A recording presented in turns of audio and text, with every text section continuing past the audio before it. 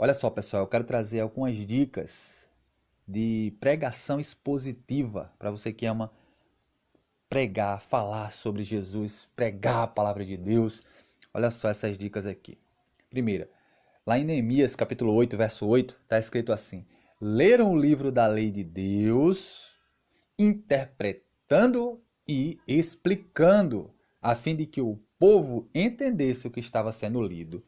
Os levitas leram o livro, interpretaram, explicaram, foram didáticos.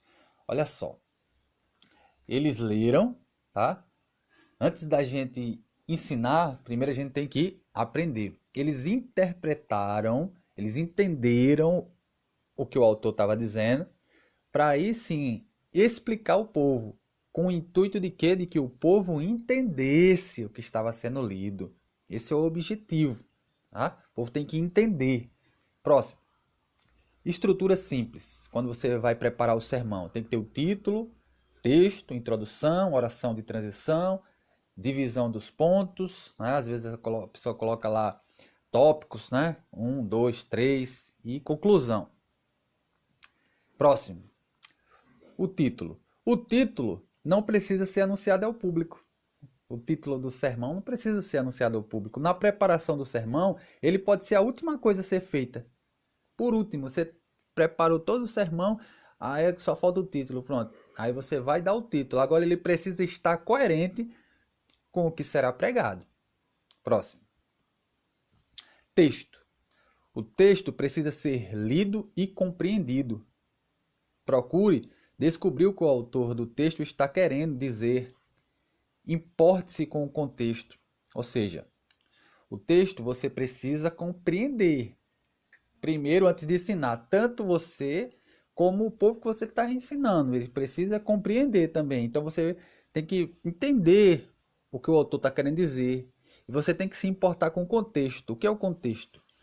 É o que vem antes e o que vai depois. Por exemplo, o versículo 10. Antes do versículo 10 tem o versículo 9, 8.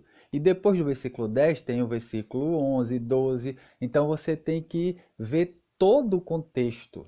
Tá? Você tem que se importar com isso também, para de repente não fazer uma interpretação equivocada só por causa de um versículo, que você não olhou direito o contexto. Então é importante você se importar com o contexto, o que vem antes e o que vai depois também. Pense no texto sendo pense no texto sendo lido e apresentado aos ouvintes. Quando ler a todos, obedeça às pontuações do mesmo. Introdução. Talvez seja o único momento em que todos estarão com os olhos voltados para você, e a abordagem onde todos serão despertados a considerar que há reverência no que será dito por você. Não deve ser demorado.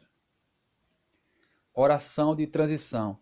É a transição de uma parte à outra. Uma mudança suave pode ser usada mais de uma vez.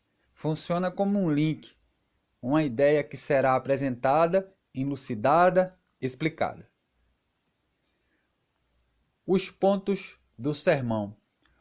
O mais habitual entre batistas e presbiterianos, por exemplo, é o sermão de 3 pontos. Nesse caso, você pontuará 3 verdades ou implicações a partir do texto lido. Você deve explicar o versículo de acordo com a intenção do autor. Confronte o ouvinte a aplicar a si mesmo as verdades ouvidas. Conclusão. A conclusão é a reafirmação do que foi dito. Em breve resumo, não se estenda tanto. Seja pontual e objetivo. A. Se for orar em público após a pregação, não pregue enquanto ora. Foi apresentado uma estrutura simples do sermão expositivo, tá? Isso é uma estrutura simples. Cuidado, pregação expositiva não é despejar de conhecimento. Um momento onde se mostra o quanto se sabe da Bíblia. Tenha cuidado com isso, tá? É a exposição do texto, explicação do texto e aplicação do texto. Não se foge do texto. Se Davi pegou 5 pedrinhas para lutar com Golias, não há por que dar nome a essas pedrinhas, uma vez que elas não possuem nomes. A pregação expositiva dá trabalho, porque ela não te deixa reinventar.